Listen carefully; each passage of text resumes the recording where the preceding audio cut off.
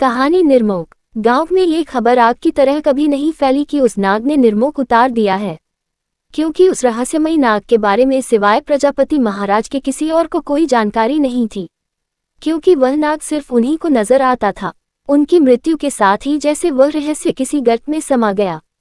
और वह निर्मोक क्या वाकई में ऐसा कोई निर्मोक था? जो लीजिए महाराज, आपके नए वस्त्र तैयार हैं। प्रातःकाल की स्वर्णिम वेला में महाराज कुंड से स्नान करके कुटिया में लौटे, तब उनके शिष्य निर्बल कुमार ने कहा, आज कोई विशेष प्रयोजन लग रहा है। कहीं जा रहे हैं महाराज? प्रजापति महाराज की अपने शिष्य पर विशेष कृपा थी। उन्होंने काले वस्त्र धारण करते हुए कहा, प्रयोजन हमेशा विशेष ही होता है। उचित समय आने पर सब कुछ बताऊंगा। मेरे लौटने तक आज कुंड की सफाई करवा देना। कहते हुए महाराज दक्षिण की ओर निकल गए। प्रजापति महाराज का श्याम वर्णी भरा भरा चेहरा, आंखों में समाया हुआ तेज, सिर पर घने लंबे बाल, बढ़ी हुई दाढ़ी और उम्र यही कोई 60 के करीब रही होगी। उनकी यह रहस्यमयी छवि लोगों में कई बार भय और कौतूहल उत्पन्न करती थी। उनके पास कुछ तंत्र विद्याएं भी थीं। उनके इस रंग रूप के कारण कुछ लोग उन्हें अफलातून भी कहते थे।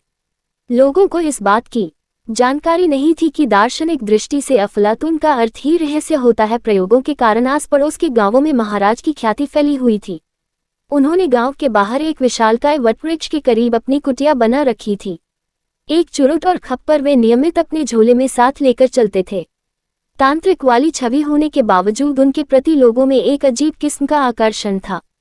यह उनके व्यक्तित्व का प्रभाव था और उनका हृदय भी निर्मल था। मनुष्य का व्यक्तित्व दो तरह का होता है, एक सामान्य जो हमें नजर आता है, और दूसरा उड़ा हुआ। मनुष्य इस उड़े हुए व्यक्तित्व से प्रसिद्धि प्राप्त करना चाहता है और कुछ हद तक वह इसमें सफल भी होता है, लेकिन लोक जीवन में तो उसकी यह तस्वीर साफ होती है। एक दिन यह उड़ा हुआ व्यक्तित्व उसे भीतर तक आहत करता है और निराशा से भर देता है।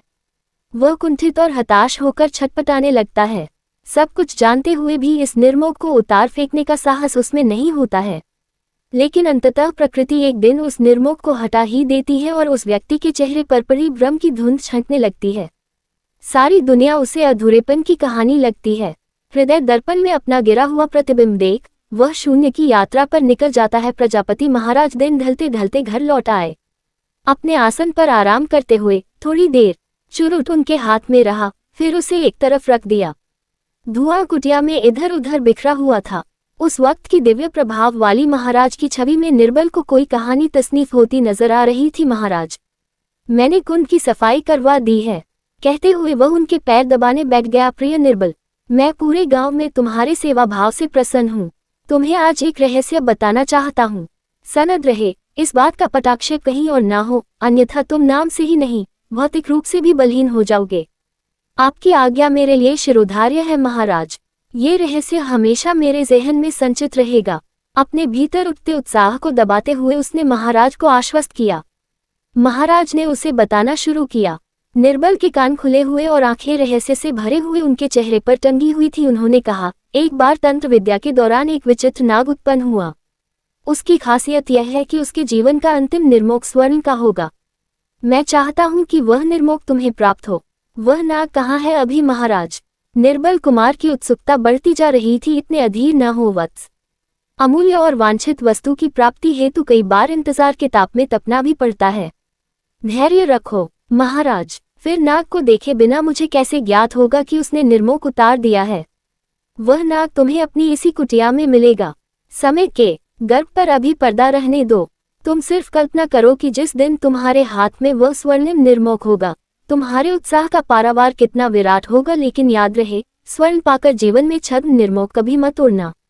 महाराज की बात सुनकर उसकी आंखें रहस्यमयी पीलेपन से चुंधिया गईं। महाराज ने उसकी स्थिरता को भान किया। जाओ, बहुत देर हो गई है, अब आराम करो। वक्त बीतते देर कहाँ लगती है।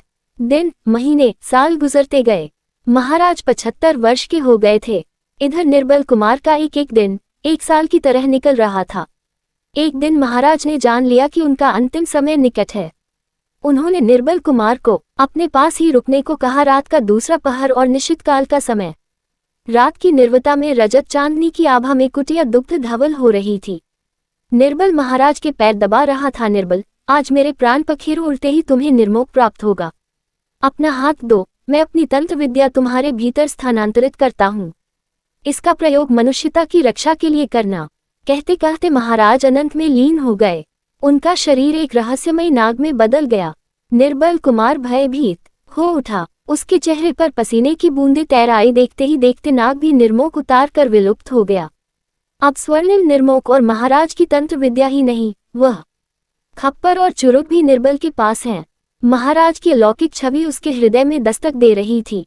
उसकी आंखों से अश्रुधारा बह निकली। लेकिन क्या निर्बल भी महाराज की तरह निर्मोक छोड़कर जाएगा?